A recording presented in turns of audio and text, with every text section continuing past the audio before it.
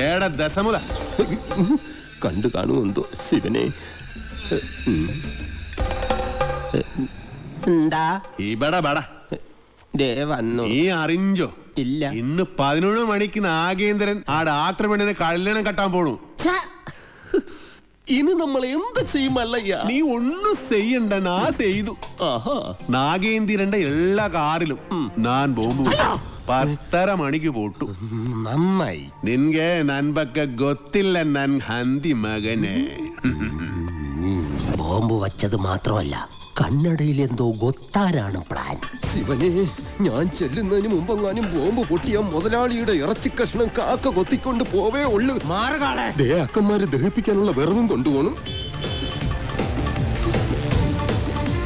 Ice cream മാറി പോടാ. നിർത്തിക്കോ. ബോംബ് നിർത്ത്. Bomb bomb bomb bomb bomb. മുതലാളി ഇറങ്ങി വന്നിലും മല്ലയ്യ ബോംബ് വെച്ചേക്കാ. അതേന്ന് കൃത്യം 10:30 തന്നെ ബോംബ് പൊട്ടും. ജീവൻ വേണമെങ്കിൽ എല്ലാരും ചാടിക്കോ. നോക്കി നിൽക്കാതെ മുതലാളി ഇങ്ങോട്ട് വന്ന്. ഞാനല്ലേ പറയുന്നത്, ചാടിക്കോ.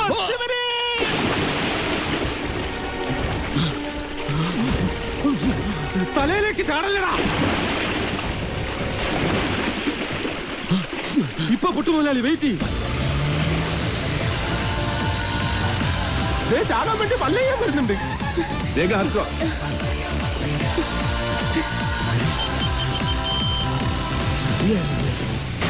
പത്ര കഴിഞ്ഞ് ഇനി നമുക്ക് വെള്ളത്തിൽ നിന്ന് കയറാം.